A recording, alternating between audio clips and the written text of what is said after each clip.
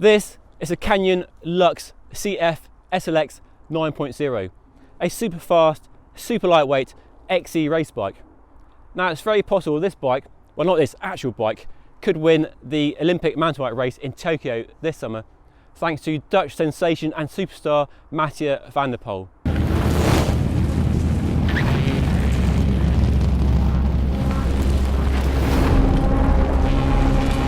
Now he's targeting that race and he'll use a bike like this one, which is why I got it in for a review, to take a look at this bike which could potentially win the Olympics this summer.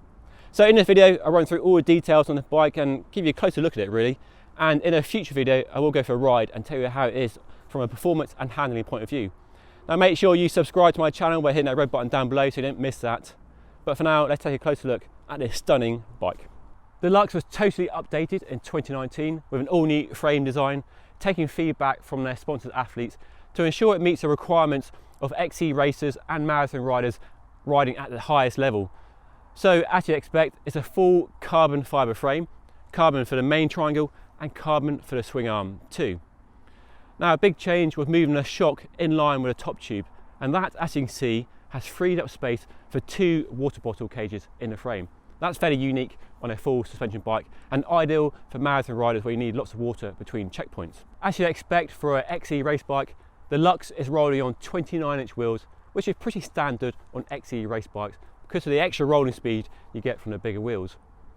And then we have 100mm of suspension travel front and rear, with a RockShox SID Ultimate fork on the front and a Deluxe Ultimate shock on the back. Both the fork and the shock can be locked out via a handlebar remote lever, so it locks them both out at the same time or opens them depending on the requirements of a race course or different situations. The rear suspension has been refined over the previous Lux, got a smaller, lighter weight linkage connecting the seat stays to the shock. There's a lower leverage ratio, which means less air in the shock is needed, so easier setup and better durability from all the working parts. They've also looked to increase small bump sensitivity from the shock, as well as better responsiveness overall. Canyon has really paid attention to details, and it really shows. So it's full internal cable routing, as you'd expect on a bike like this, but they've added tubes inside the frame to make it much easier to build a frame. So when you push the hose or the cable through, it pops out at the exit. So much easier, quicker build times. They sought to save weight as much as possible, and they've even removed pivots from the rear stays. Instead, the seat stays are designed to flex along the length, which saves the weight of the pivot hardware down at the dropout, so attention to detail. The frame is entirely designed around a 1x group set, as we see here, and they've added an integrated chain guide, just an extra peace of mind to prevent that chain from coming off in a race situation. And then the most interesting detail perhaps is the rear brake caliper. Now most mountain bikes, well all mountain bikes in fact, use a post-mount caliper, like we have in the fork. But road bikes, in their move to disc brakes, have embraced a flat mount caliper. It's basically a different way of mounting the caliper to the frame or the fork, which saves a bit of weight and gives slightly cleaner looks. And to save weight on this frame, they have used a flat mount caliper at the back. So that's a really interesting detail, and we've not seen that on any other mountain bike so far. Another interesting detail is quicksell. No, it's not something from Harry Potter, it's a rear axle. So instead of having an exposed lever or a bolt needing a multi-tool when you change a rear wheel for a puncture, the lever is actually hidden inside the axle and it just pulls out when you need it. Like so. It's that easy. So that's a really simple device, a time-saving and weight-saving measure. On the top tube you might have spotted the steering lock.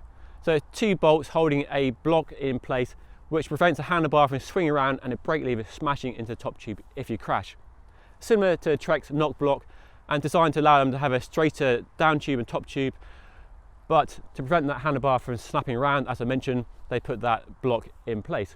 The 2 bolts are designed to snap, but not before they've done their job and prevent the handlebar from smashing into the top tube. Showing the performance focus of this bike is the press fit bottom bracket. Now I know a lot of you guys hate press fit for its creaking and maintenance issues, but on high-end performance bikes, press fit still offers that weight and stiffness benefit. Although that's starting to change and we're seeing external threaded bottom brackets make a renaissance on even high-end bikes as Specialized and Trek and a few other brands are doing. So press fit for now, but it might change in the future. The final detail I want to point out on the Lux, and you probably spotted it by now, is the dropper seat post. So that really shows how XC race courses and marathon courses are getting more technical and more demanding, and we're seeing some top level riders now embrace the benefits of a short travel dropper post. And Canyon, in its wisdom, has spec'd every single Lux in the range from the cheapest to the most expensive with a dropper post. So that's a neat idea, and it's really nice to see Canyon embrace what a lot of us are already using on our longer travel trail bikes. So dropper posts finally coming to XC race bikes. Of course, that won't stop some top level athletes from switching out and putting a lighter weight standard seat post in there if the course isn't technical enough to demand a dropper post and save a few hundred grams, I guess. So, but for us consumers, having a dropper post on every single Lux in a range is a really smart move, because we don't all have the skill levels or fitness levels of Nino Schurter. And for general trail riding, which this bike will be used for, having a dropper post is a nice thing to have. If you like what you see, and I'm sure you do, and you want to buy yourself a Lux for the 2020 season, then there are 7 models to choose from. Prices start from £2,700 for the cheapest model, up to £6,500 for the race limited edition. There's even a Mathieu van der Poel replica bike if you want to ride the same bike and the same equipment as this Dutch superstar. The bike here is a CF SLX 9.0 and costs just under £4,700. And it's fair to say it's very well equipped for the money. So we've got RockShox suspension with a SID Ultimate at the front and a Deluxe Ultimate shock on the back, both controlled by a single remote lever on the handlebar to lock them out or open them as you need depending on the course requirements. Then we have a SRAM XX1 Eagle group set with the now famous 1051 cassette, offering a wide range for the most demanding courses, and paired to a carbon fibre crankset to save weight and increase stiffness. We also have SRAM level TLM disc brakes with a 180 rotor on the front and a 160 rotor on the back. And then we have a very nice set of carbon fibre Reynolds wheels. They're very bling, 24mm wide, 1500 grams or thereabouts, so lightweight, stiff and bling. I mean, they look really good, and for this price, the whole price of the bike, to get a set of carbon wheels is very impressive indeed. And then the wheels are shod with a set of Maxxis Aspen tyres, a pretty fast rolling set of tyres, not so good in UK winter with the mud we have to deal with, but for dry trails and the summer, very fast, plenty of grip and low rolling resistance. The finishing kit on this bike comprises a Canyon branded carbon fibre 720mm flat handlebar and an alloy 80mm length stem. Then we have a nice Cellitalia saddle and a KS Lev SI dropper post, as I mentioned earlier, controlled by a remote lever on the handlebar there.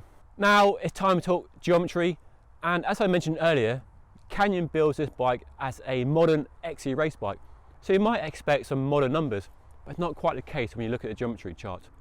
There are 4 sizes to choose from, and this is a size large, that's the size I normally ride, and the reach figure is 455mm. Now that is quite short compared to more progressive XC race bikes, like the 2 I've tested in the past year, being the Intense Sniper and the BMC 4-stroke, which are both quite a bit longer. It's the same story with the angles as well, with the Lux having a 70-degree head tube angle and a 74.5-degree seat tube angle. Now that head tube angle is steeper and the seat tube angle is slacker than those 2 other XC race bikes I mentioned earlier, and quite a few others besides. So it'll be interesting when I get to ride the bike in my next video whether those numbers work for the bike or work against it. I'd love to know your thoughts on the geometry on this bike and whether you think it's right or it's lagging behind more progressive bikes in this category. So let me know in the comment section down below. So that's it for a quick first look at the Canyon Lux CF SLX 9.0. It's a bike I'm really excited to ride because it might be an Olympic champion bike in a few months' time. It looks really cool. You get a lot of bike for your money, as is the way with Canyon, a direct sales brand. I can't wait to find out whether the numbers work for the bike or work against it when I get to ride it. And I will do that in an upcoming video soon. As I mentioned earlier, don't forget to subscribe to my channel if you haven't already. More bike reviews coming up soon, so make sure you stick around. If you've got any questions or thoughts on this bike, I'd love to hear from you. So get down in the comment section and let me know what you think of this bike. And that's it for now. Thank you for watching, and I'll see you again in the next video very soon. Hello, mate. Hello. Oh, hello. God, that's okay. Hello, mate. You'll be in my video. Hello. Hello. Oh, yeah, that's all right. Oh, he's very friendly. Hello. Hey, come here. Sit. Sit. Oh, and roll over almost. Yeah. Hello. I've been looking after him since this day. Okay, yeah. I have an awful job relinquishing him. Yeah, I can see why. Home with me. I just You are adorable, aren't you? So friendly. he's lovely. Oh, Fern, you're absolutely, you're the best. He's mine. Where you going? Where you going? Come on.